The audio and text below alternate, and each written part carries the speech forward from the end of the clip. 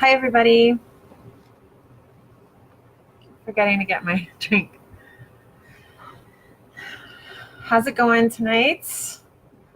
We are here at the 8th episode of the Oat Project. It is Wednesday nights, and yeah, I hope you had a good day. I did. Kind of tired. I slept a lot last night, so we are here to read the, ninth chapter of my book, The Oat Project, How I Faced My Fear and Came of Age in One Wild Summer. Last time I had a couple of people join in and they didn't really know what was going on. And so, yes, it is all true. All so true. So there's that. And I did all of this back in 2007. So it's been a long time. It feels like a long time. Yeah. So what you hear and well, I've told a couple of friends about this over the last week, and the reason I decided to do this is to sort of face myself, the old Janae that really defined my whole life, with depression and anxiety and panic attacks, big black lockdown, black vision panic attacks. I started having those when I was 19, and well, earlier, but really bad when I was 19. And so I wrote this book to try and fix myself in a lot of ways. And I talked about this in the first episode, but I'll go ahead and do so again. I finished the book finally after 10 years, and when it came out, it was a huge moment, but it didn't solve everything. I actually got more depressed and had more anxiety and more panic. And not only because of I don't know what, I didn't know what, but also I hadn't really dealt with my mom's death. She died on December 4th in 2012. And so my doctor was like, you gotta go. Like, you gotta go to therapy. And I had never been to therapy, but I've spent the last 2 years really working through the whys of all the stuff. Like, there was some early trauma that I had not integrated, a lot of stuff. I'll be talking about it after we're done with this. I mean, this project, I will be talking about it, but just really finally working through all that and finally getting at the heart of, well, finally loving myself, which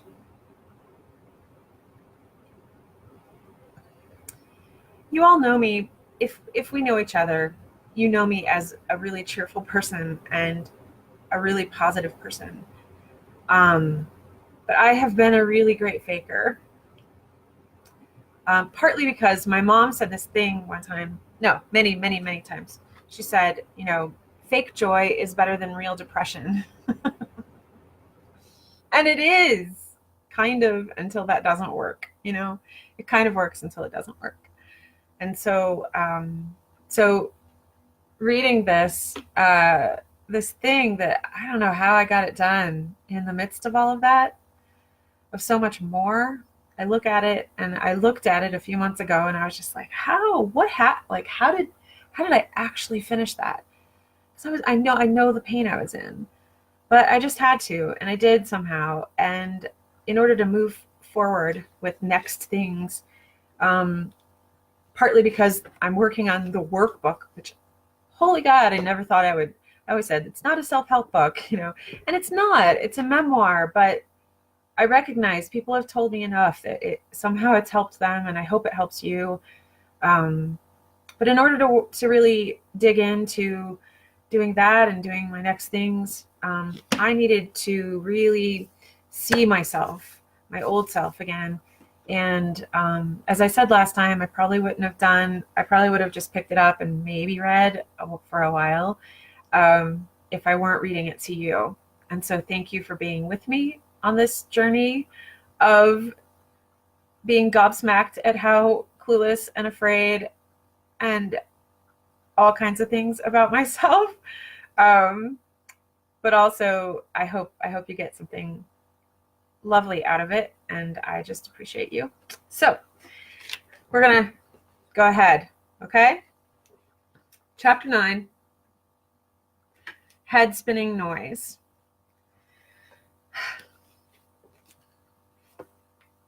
Let's see. Possessed. As I said, we lived in Oregon during my 8th and 9th grade years. For most of that time, we lived in a 4-story historic house rented from a doctor in the church where my dad was a pastor. We paid $300 per month and agreed to fix it up. I remember my mom transforming the kitchen from mustard and brown to cherry white and butter yellow with many coats of paint. Can still see her standing on a stepladder to reach the 12-foot ceilings. In all the places we lived, she painted every kitchen yellow. That house defined my ideal. Built-in dining room buffet, paneling, craftsman styling, cubbies hidden throughout the house, spacious, gorgeous. 3 stories with a basement. The outside was wood to made settling in. The outside was made to look like white brick. People would knock on the side of the house because they didn't believe it was wood. Off the landing where the stairs turned back on themselves to finish ascending, a sunroom stretched from the front to the back of the house. Walls of double-hung windows sliding on rollers into the wall. I had a boyfriend for 3 weeks of 8th grade, my first and only until 4 years later. I would plug the phone into a jack on the stair landing outside the French doors of the sunroom, lay 3 quilts in a waist-high closet next to the phone, climb in, and call my boyfriend, hidden away. I recall nothing of our conversations, except that he regularly hung up on me. I called him back immediately. "Are you okay?" I would ask. "Did something happen?" "No," he would say. "I was just bored." Parentheses. And for those of you joining for the first time, when I say parentheses, it's from current time, like 2016, the last edit of this book, not 2007 when I wrote it. I was just bored. Parentheses. My poor little self. But I loved that house. I remember warming up from the Oregon gray cold and rain by sitting on a blanket over the huge floor vent in the hall outside the kitchen. How the sun slanted through the windows. I remember the octagonal black and white tiles in the huge bathroom, and how my brothers and I would climb onto the toilet and out the window above it to get to the roof, which was peaked with a wide ledge all around. My brothers would throw things off the edge, enjoying seeing and hearing the splat. They used to hang my favorite twin dolls, saying, "We like to feel the jerk when they get to the end of the rope." Beastly little brothers. Parentheses. They're both lovely people, despite their normal little boy beastliness back then. I'm sure I was quite the beastly older sister myself. I sat there for hours with my cassette deck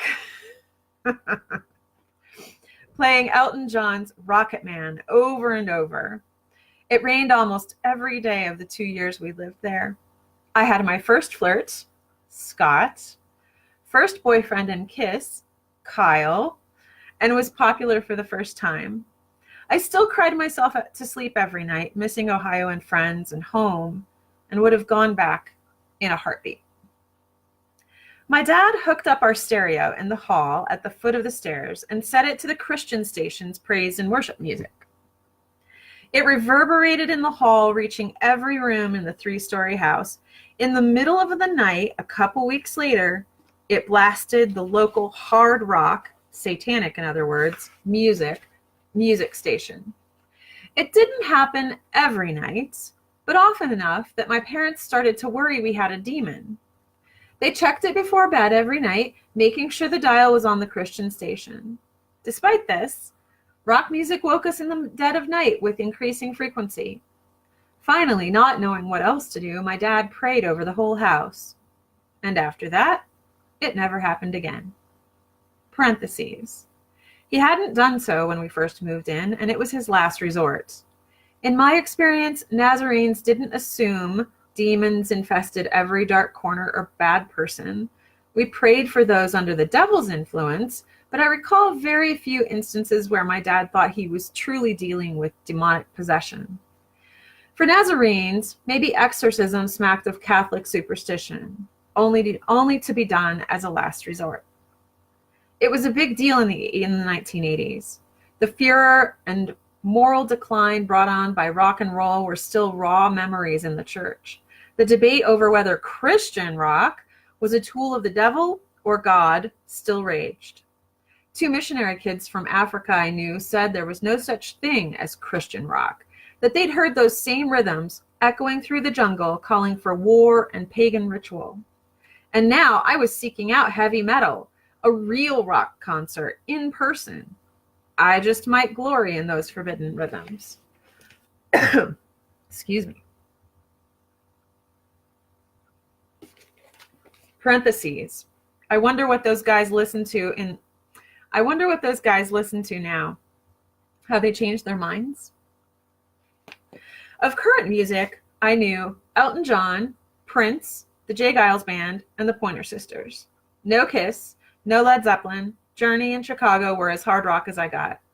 But bands kept putting Christian lyrics to rock music, and the boundaries softened. The only live concert I went to before this was Whiteheart, a Christian rock band. I stood right by the speaker, happy to get so close, unaware I'd lose hearing. Though I tried to enjoy myself, I was glad to be out of there. Parentheses. I come out of every movie with a splitting headache. My daughter is the same way, and helping her through it illuminated our similarities. 2 journal entries. Journal. Crap. It is already halfway through July, and I have 16 tasks left. Crap. No. Shit. Shit is the word. In my mind, it seems I'll always pseudo-cuss first. Journal.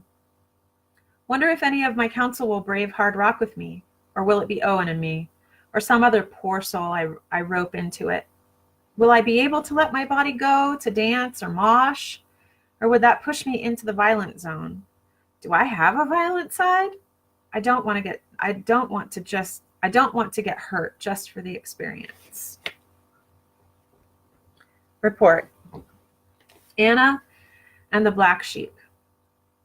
I asked my Oat Council gals if one of them would like to go to the Black Sheep, a new local rock venue bar known for hosting metal bands. No one could or wanted to go. A couple of them said, "You couldn't pay me to go to someplace like that." So Owen became my backup again. I was relieved at not having to make sure they were having a good time. We parked on the street 10 blocks from my house and sat for a minute. "I don't know why I'm nervous," I said. "Is it the danger to my body if I end up in a mosh pit? I don't want to get thrown around, but then again, maybe I do. How far do I want to take things?" I thought. "How far do I push safety? I am my kid's mother. Part of me can't believe I'm considering a mosh pit." "It's okay," Owen said. "I don't know if I'm afraid or uncomfortable," I said. A car pulled into the space in front of us and disgorged a teenage girl and 3 mom types, all the way down to peg leg jeans and maintenance-free haircuts. They headed for the Black Sheep. What? What kind of a concert is this? I was confused, thinking I'd chosen an edgy, wild venue, not a place for moms. This stretch of Platte Avenue was gang and transient infested. "Why are mom types going to a heavy metal concert?" I asked Owen. "They're here because the girl wanted to come, and she probably wasn't allowed to come alone, so her mom came with her," he said. Oh. Wow, I hadn't imagined the sort of world in which mothers and daughters would do this. I don't know if my mom would ever have done that. Is this unusual? I've seen it happen quite a bit, he said. It's usually the straight edgers. Who are they? They're edgy looking and go to shows like this, but they're under 21, so they don't drink or do drugs, he said. Thus the straights? I asked. Yes, said Owen. The door guy marks their hands with a big X in permanent marker. I did not like the reason. I was a chicken and knew it, but I suddenly felt okay going in. If those moms were going, surely I wouldn't stick out too much. Do I look like that? I asked. Crap, I said that out loud. Those moms seem much older than me. Not at all, said Owen, looking me straight in the eyes like he knew exactly what I feared, like he's going to say anything else, but still. Okay, I said, taking a breath. I'm ready now. Let's go. We walked down the street, past the side of the building around the corner, through the parking lot and to the door. No line.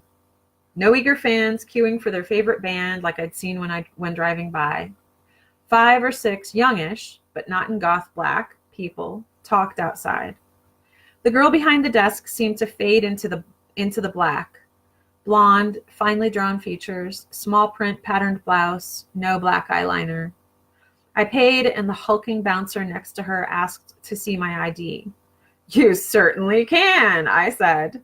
He put an orange and black paper bracelet around my wrist, like from the hospital. Huh, weird. In that flash of looking at that paper bracelet like sick and dead people wore, a mini panic attack trembled through me.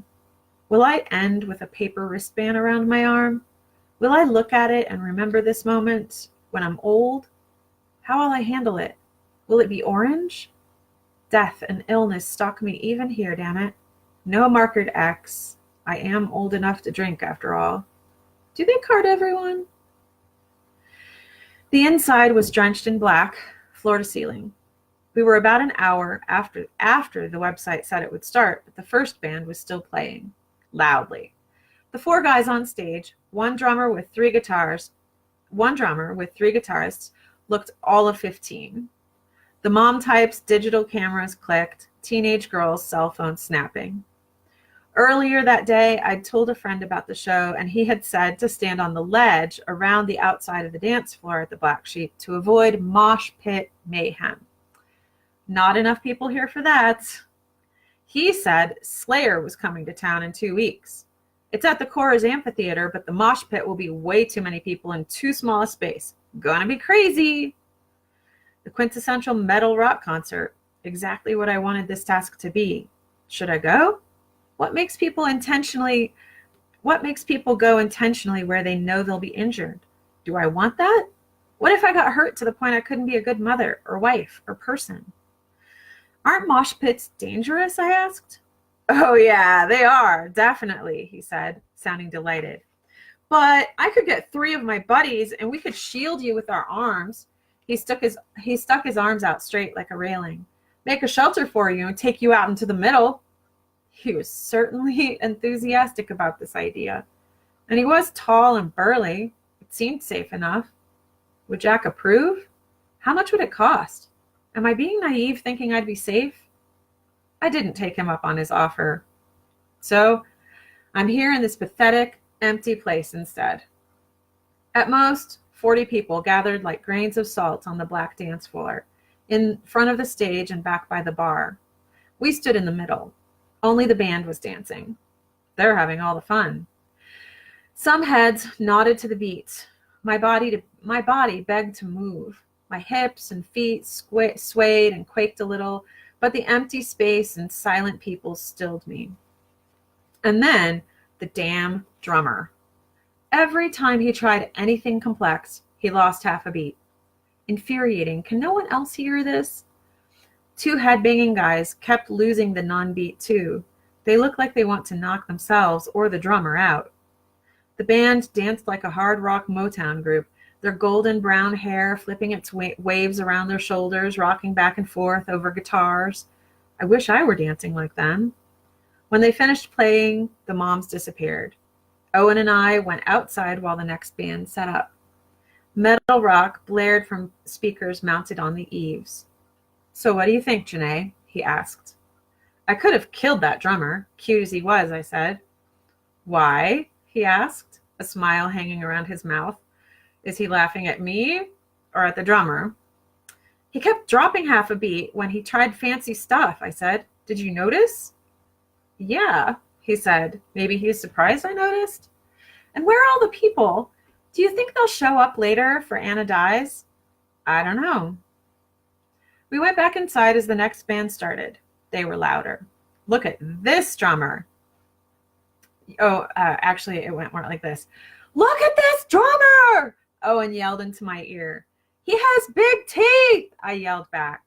He's counting the beat out loud, Owen said, grinning. 1, 2, 3, 4.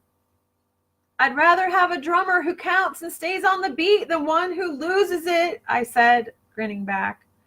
Maybe only a musician wouldn't care. Whatever it takes to do stuff well is fine by me, and everyone taps.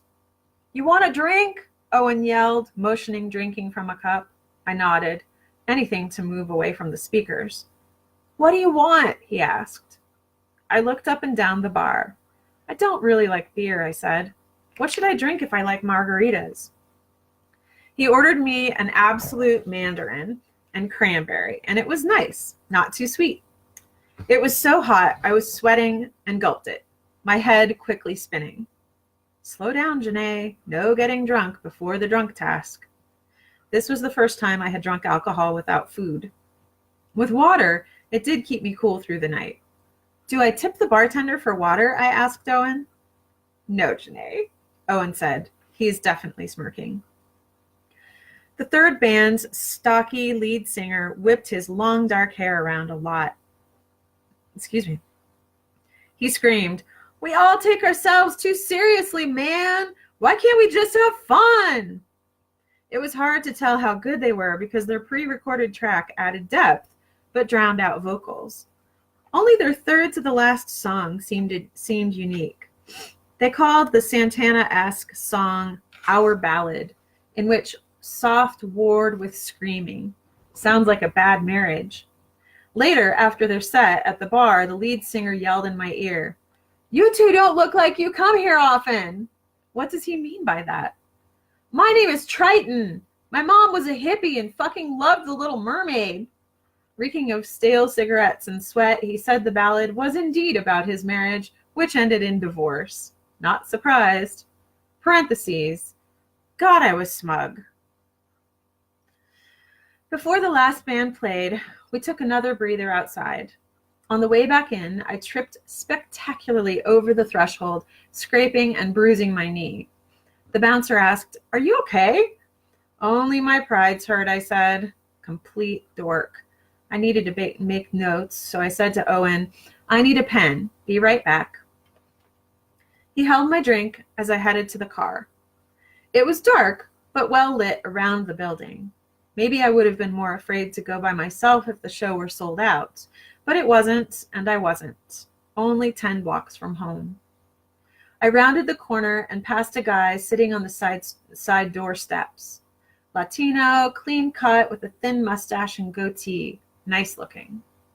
No way is he going to say anything to me. Keep walking, Janae. Why is he sitting there at this time of night? Maybe he works here? He stared me down, and my southern manners took over, and I said, Hey. Hey, hey, he said. I kept walking. Hey, come here, he said. I hesitated.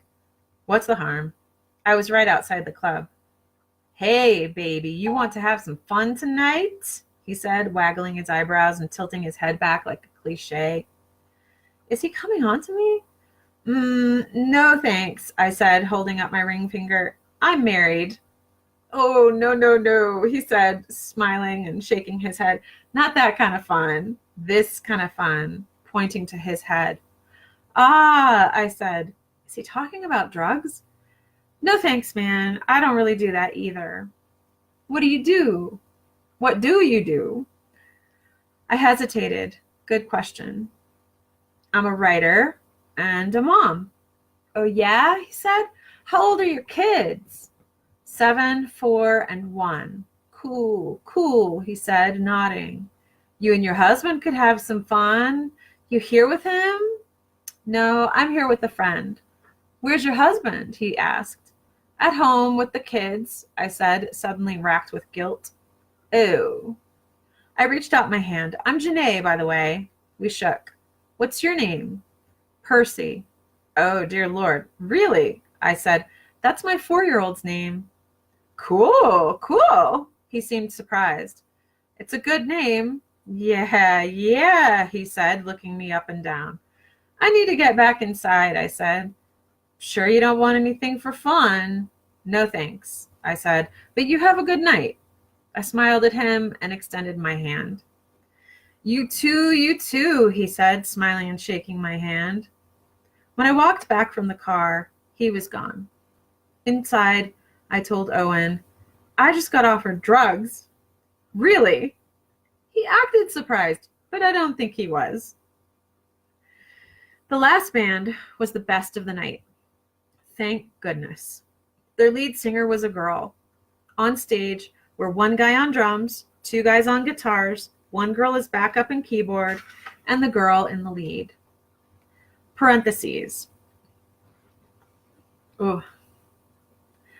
Before, again, to those who haven't been joining me, this is like hindsight / context from later.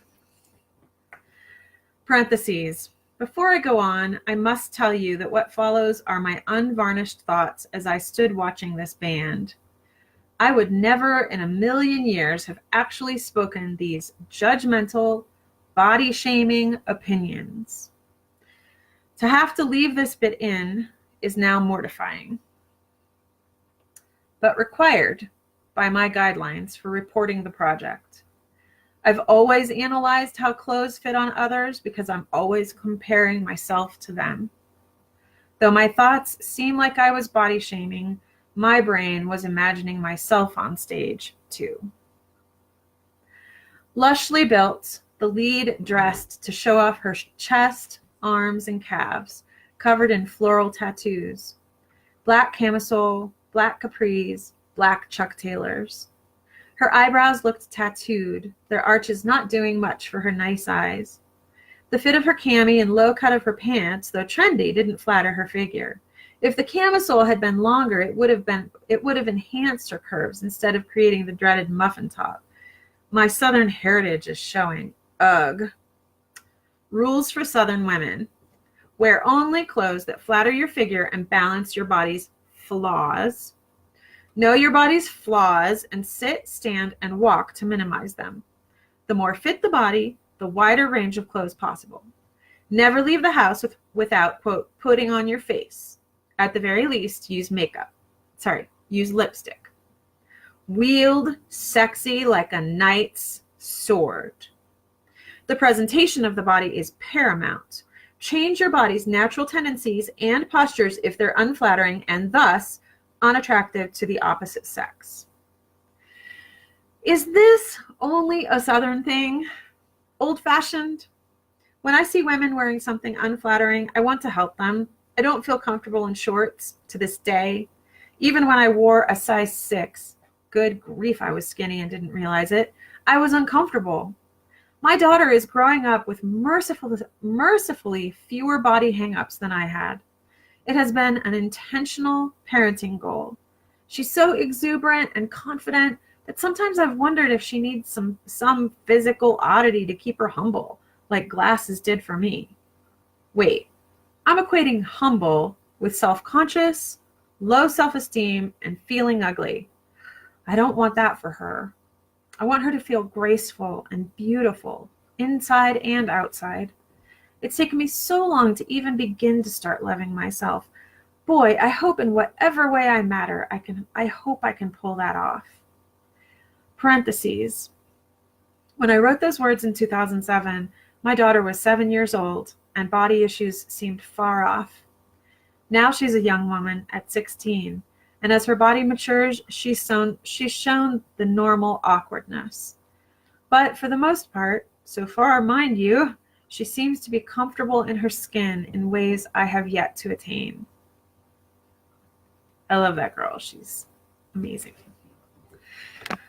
I wondered how I'd dress if I were on stage again. I wonder why she has those tattoos.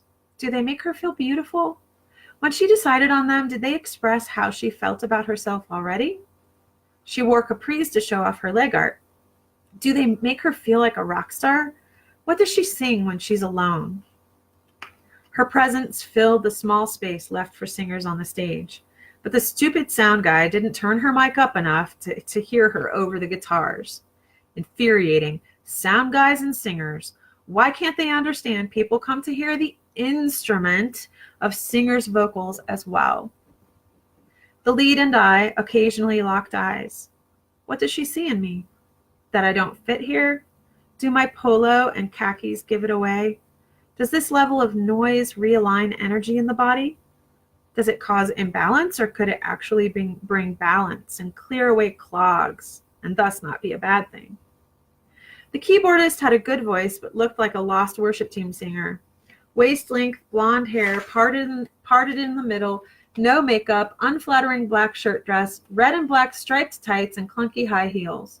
She looked like a church person's idea of hard rock, and though her playing added texture to the overall sound, the band all turned away during her solos. Maybe she insisted on solos. Earlier she walked by, and I said to Owen, I love patterned tights and want to wear them until I see that. I felt like a heel. Why can't I be fine with her expressing style in any way she wants to? Why must it look good? Does it come down to the age-old question of what is good art, even in fashion? But what on earth do I know? I disdain my disdain. I was a former church person. Why do I assume I looked any less ridiculous, especially when immersed in church? Was my style awkward too, but nobody was mean enough to say it? Parentheses. I have often said I could spot a Christian hipster a mile away. The jeans a little too clean, the messy hair a little too studied, a ready smile. Any system leaves its stamp, carried in the body and face.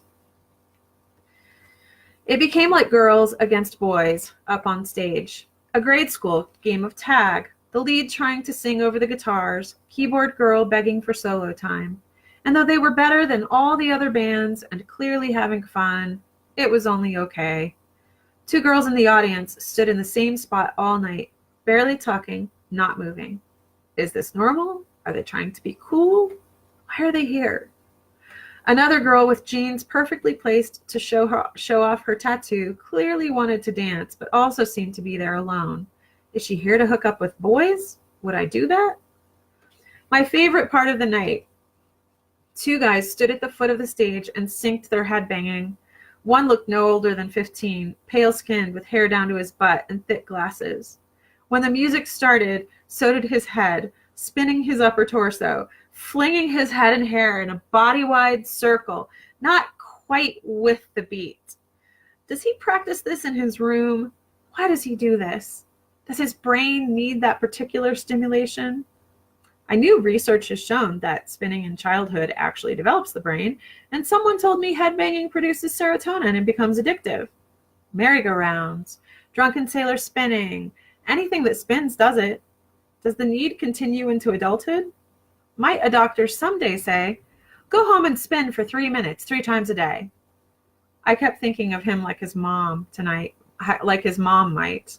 Maybe I need a little head spinning. I stood there feeling like I had failed at this task.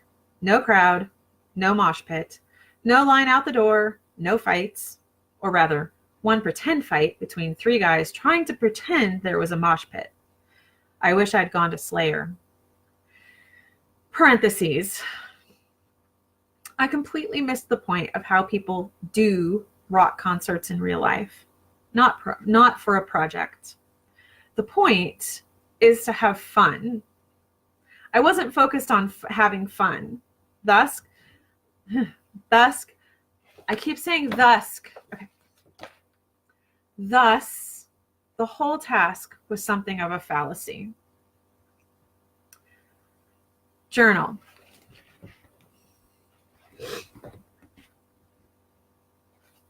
Need to write about this. This could be seen as a test of what Jack has always said and I have thought. He's often said that I have, quote, little boyfriends, and he's fine with my going out with guy friends as well as girlfriends. Excuse me. Though I've never been attracted to women, his logic is impeccable. Quote, why should I be afraid you'll sleep with your guy friends when you could just as easily sleep with your women friends? The term little boyfriend came from studying at Woodlands the year before while finishing my degree. We became friends, but with one of the guys, it was different. From first meeting, it was a visceral attraction, the kind of chemistry that would lead to a rocky relationship. Although, parentheses, why did I assume that? If we had dated. I clearly was not his usual type. He knew all the strippers in town. But maybe I was so different from the women he knew, it made the attraction more powerful, like a rubber band, sometimes stretched to its limit because we never made contact. I think the intensity and unfamiliarity of that feeling scared him, and that I was willing to be his friend, that it was okay with Jack, I don't think he understood. Not many do, granted. So even though Jack knew of it all and was fine with it, it was different from my other guy friends. And now Owen has become a dear friend. He's helped so much with this project. I finally feel I can move towards the chaos, like he said, and I'm trying to control it to do no harm to the people in my life. He doesn't say, been there, done that, or roll his eyes. He asks questions and listens, seeming content to simply walk with me, to be my friend. Last night at the concert, because the music was impossibly loud, we had to stick close to talk, yelling directly into our ears, almost lips on ear. Journal. Me, to Stella today. I'm still not ready, but I'm getting there. Journal.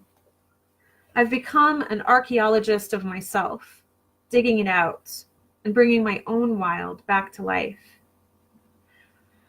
Journal, parentheses. When a task went awry, I thought I was doing it wrong.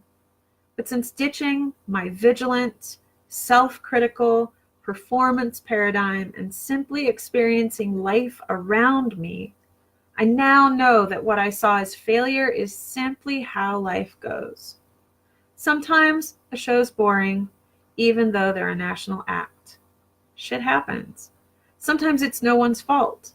Failure is part of it, so essential that even the sparsely attended show of a local band at a small club in a conservative town is part of music itself, the grand whole of all the music of the world, of us, we, singing and making music at all times.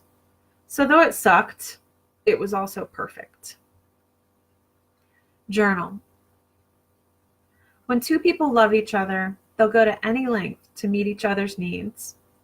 That kind of love is a stable foundation for, I now imagine, almost infinite possibilities of relationship, events, sex, and life decisions.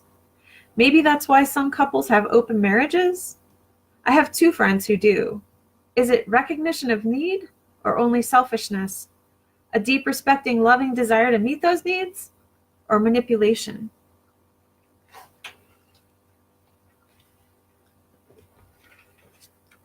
End of chapter 9. So the next chapter is really short. I'm going to go ahead and read it because the chapter after that is pretty long. So you get 2 for the price of 1 tonight. Okay? Chapter 10. Weird and one of a tribe. Okay. Sure. Needles. It was Labor Day weekend. My 7th grade year had started only a few weeks before. We lived in Ohio, and every fall we drove to Chicago where my Uncle Bud and Uncle Delmas would take the adults to the Wrigley Building's fancy restaurant to collectively celebrate birthdays and anniversaries.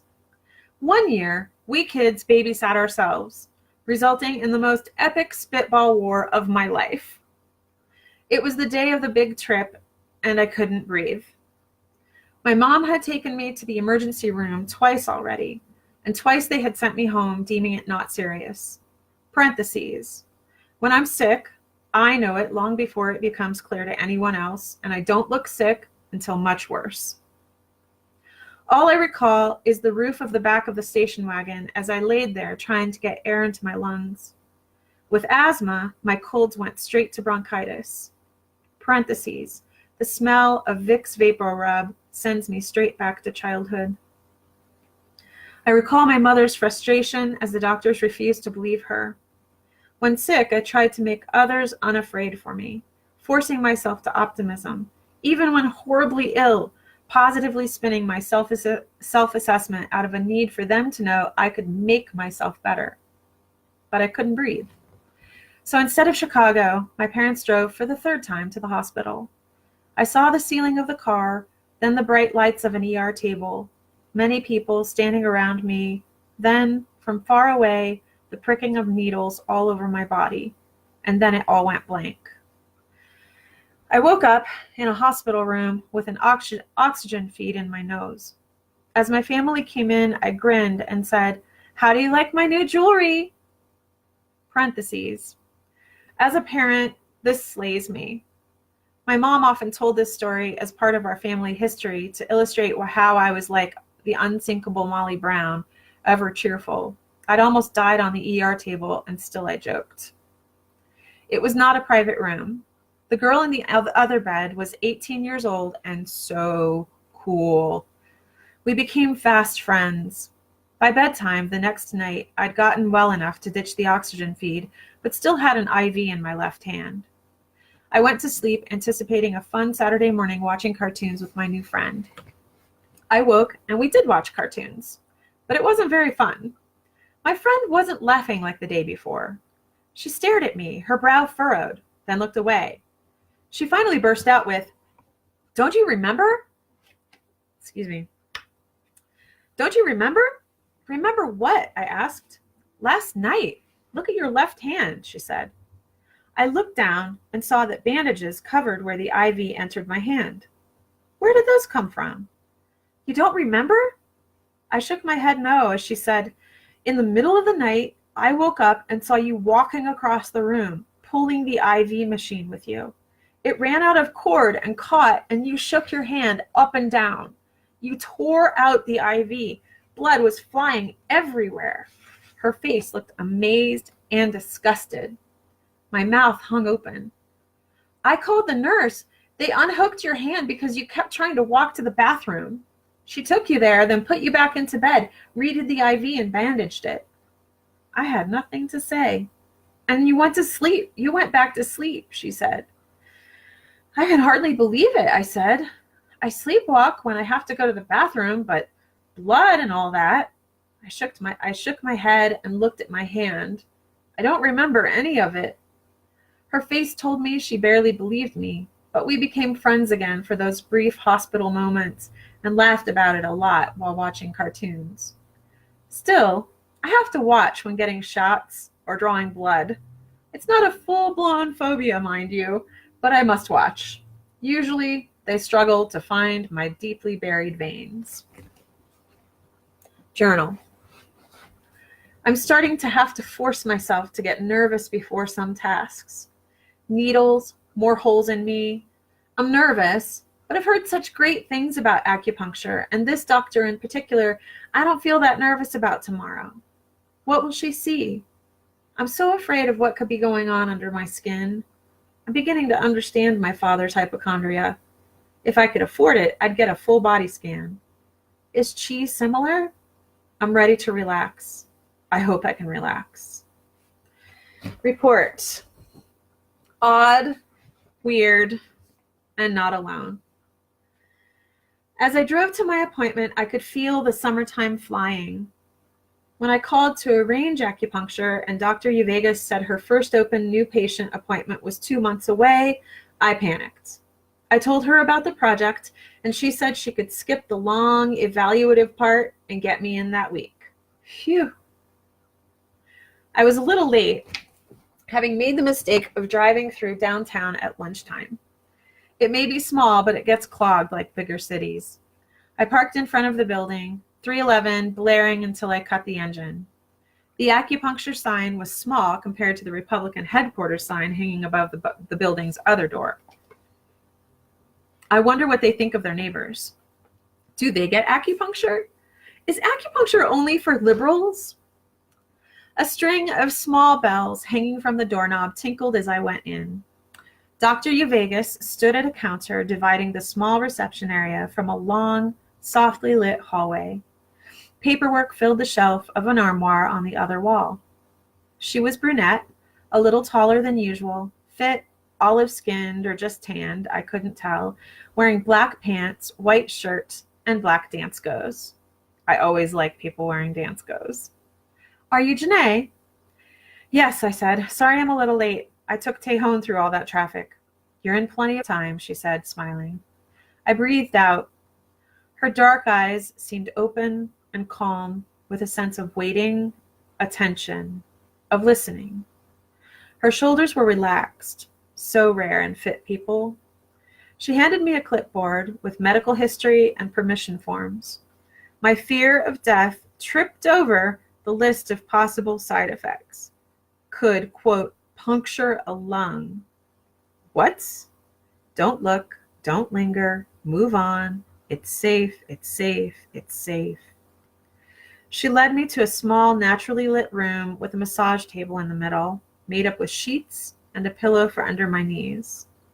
Disrobe down to your outer clothes and get under the top sheet, she said. Okay, I said. As I undressed, I realized how having 3 children had changed my sense of modesty. I don't really care anymore if someone sees my breasts, unless it causes offense, or they're crass or critical. I'd hate that. But even flashing thigh no longer bothers me. Am I an exhibitionist at heart? When she came back, she massaged my limbs as we talked, mostly about the incredible process doing the book had become. I had been frenetically writing longhand almost every night, and my right arm hurt like the dickens. She rubbed my feet, and I told her about my t-shirt company idea and one of its more dangerous sayings, quote, anything for a foot rub. She laughed and said that she had always planned to start a t-shirt company too. I explained about my hypersensitive body, like how my socks had to be perfectly aligned. She nodded. I was surprised. Puzzlement and confusion were the usual reaction. Are you intuitive? She asked. Yeah, I am. Hypersensitive people usually are. It's like they're more in tune, their emotions mapping a far broader range than most, she said. They usually need only half doses of medication, for example. I was shocked. I was simultaneously learning that what I had always considered weird about myself was as unique as it felt, and that there were others like me. It's rare to be like that, she said. The segment of society that I see is not representative of the public at large, and even so, hypersensitive people make up only about 2 to 5%, much less than in the general population. I said, cool.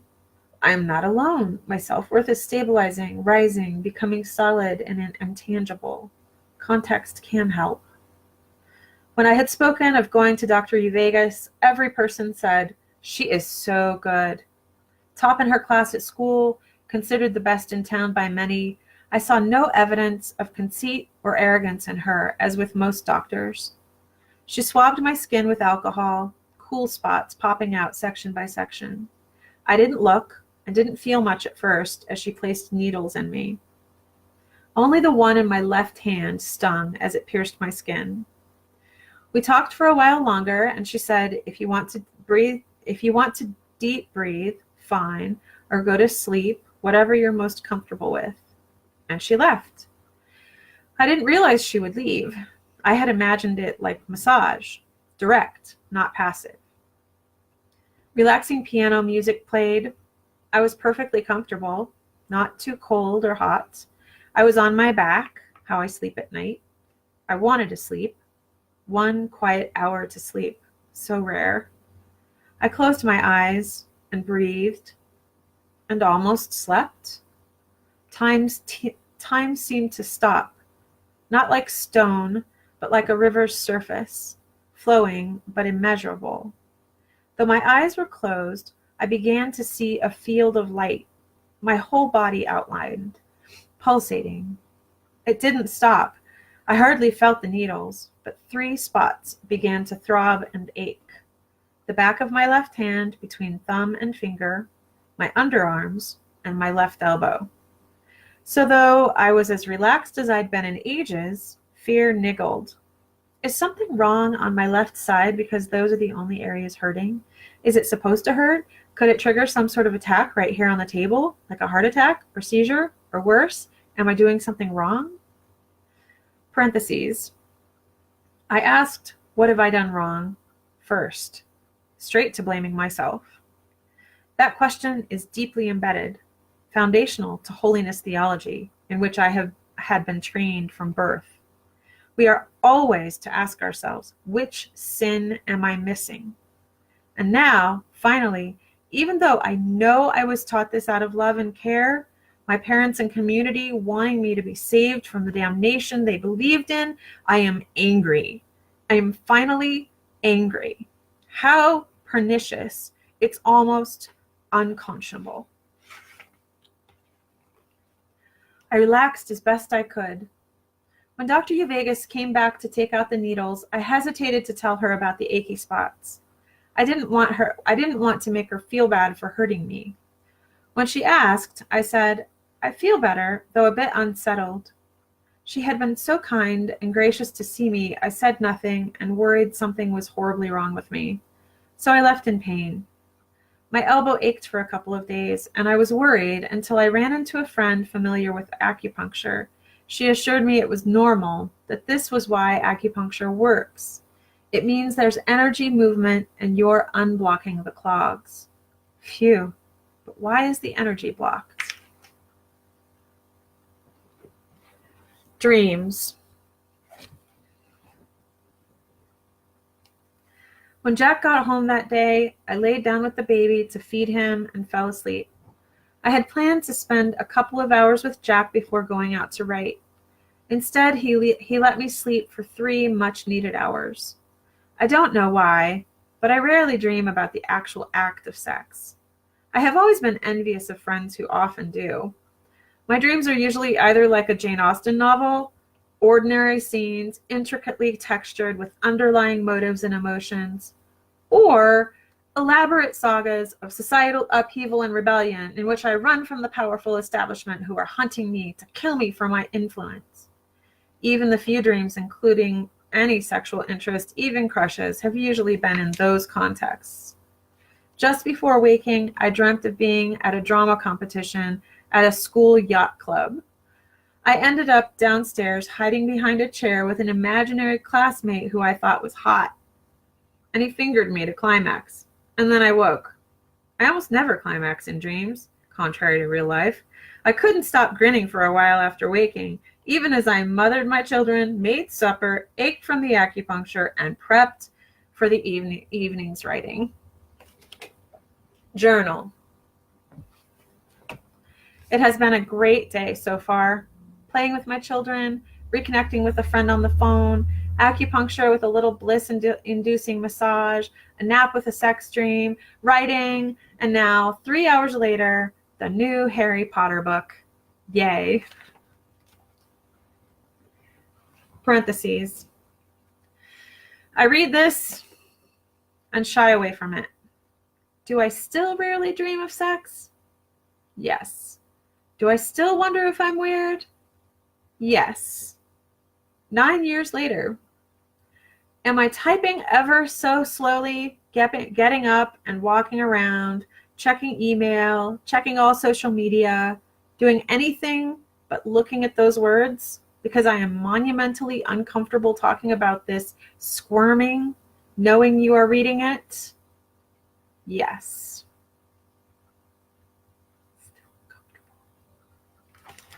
So that is the end of chapter 10. And tomorrow's chapter is about going to a strip club. This will be fun. Yeah, that's it. Thank you so much for joining me. It means the world. And if you didn't listen to my first words tonight, I hope you will, because it kind of talks about that and why, and just why it means so much. I hope you have a great night, and I look forward to talking to you again and seeing you all here. Hi. I had a thought for you today, and I've been so tired that I can't remember it.